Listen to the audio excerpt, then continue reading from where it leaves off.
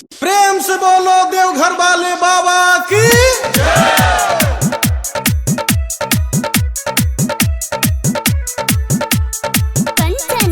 Mix by happy digital recording studio Chanpatia.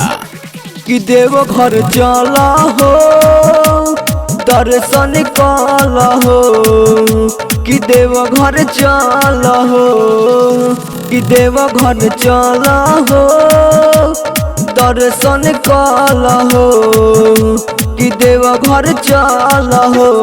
बोलबा में बोला मस्ती में डोला, कान्हा पकावर तू धला हो, कि देव घर चला हो दर्शन कल हो, कि देव घर चला हो।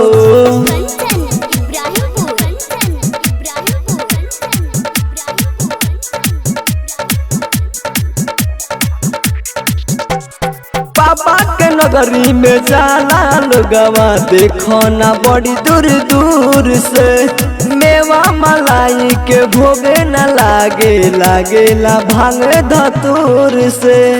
बाबा के नगरी में जाला लोगवा देखो ना बड़ी दूर दूर से, मेवा मलाई के भोगे न लागेला भांग धतूर से।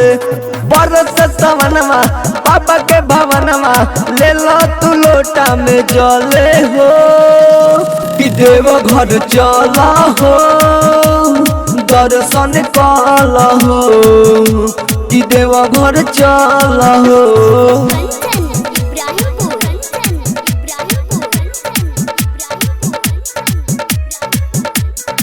हैप्पी डिजिटल रिकॉर्डिंग स्टूडियो तीनों लोग और 10 दिशा में गुजेला शिव जी के नाम नू। माहिर मुकेश सुन मंटू राज बड़ी पावन हो बाबा के धाम नू। तीनों लोग और 10 दिशा में गुजेला शिव जी के नाम नू। माहिर मुकेश सुन मंटू राज बड़ी पावन हो बाबा के धाम नू। मारल तू दम उठा के चिलम, हाथवा में गांजा तू मला हो, कि देव घर चला हो दर्शन कल हो, कि देव घर चला हो। हैप्पी डिजिटल रिकॉर्डिंग स्टूडियो सावु विवाह भवन के पीछे वार्ड संख्या 6 चनपटिया।